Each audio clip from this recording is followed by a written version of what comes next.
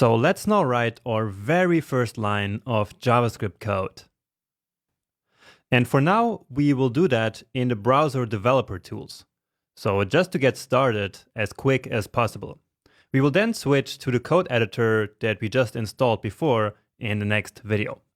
So make sure to open up Google Chrome, and then there are 3 ways in which we can open up the Chrome developer tools.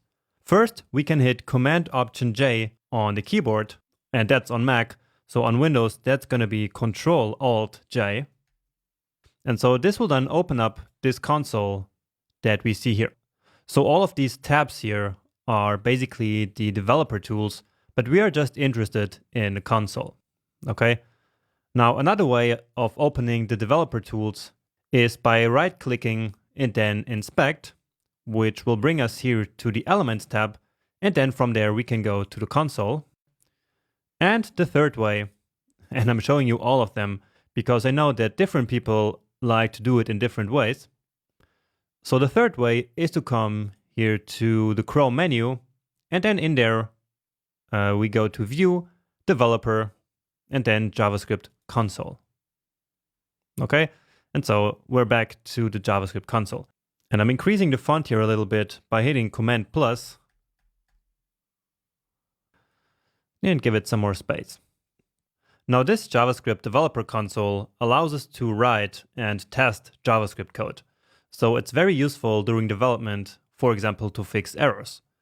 Now we don't write real applications, of course, using this console, but now just to get started, let's use the console because it's a good and easy way to just write some JavaScript here. So let's write alert, which is a so-called JavaScript function. Then open up parentheses and without a space between alert and the parentheses, and then we write a so-called string, so which is basically text, and let's write hello world. So that's the standard way of learning programming in any programming language. Then we write the closing parentheses, and then let's hit return or enter.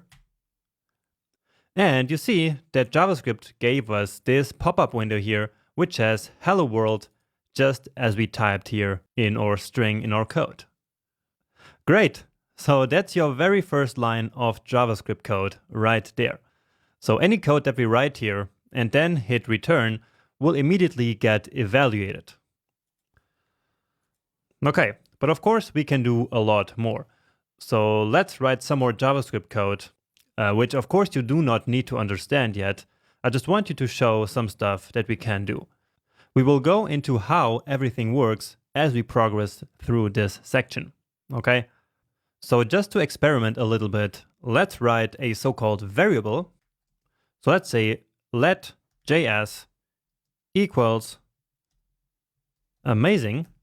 And so once more, we are basically writing a string here, so text, and then we will do if and open parentheses JS is equal to amazing. Then we want an alert window, like we saw before, saying JavaScript is fun.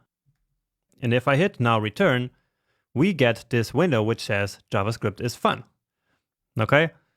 So again, I will explain all these concepts and how all of this works here as we go through this section. But for now, I hope that you can see the logic that we basically defined JS as being amazing. And then here in the next line, we said that if JS is equal to amazing, then JavaScript should show us this alert window with this text. Okay, and now we can also change JS to boring, hit return again, and now let's copy this text here again. So we want to run it again, so I'm just copying it and pasting it here. Okay, so let's try that again, and this time nothing happened. And so that's because JS is now no longer amazing, it is boring.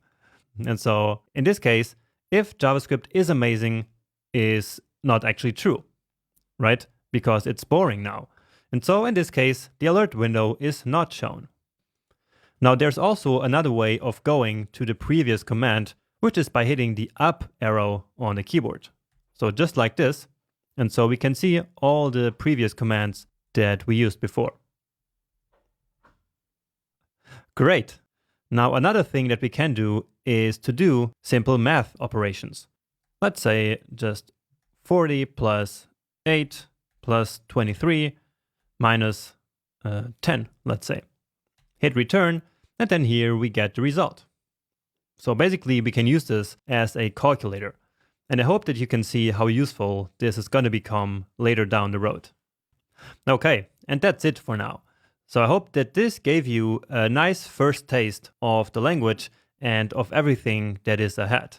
So if you want, you can experiment a little bit more with this, or you can move on right to the next lecture where we will learn what JavaScript actually is. So see you there.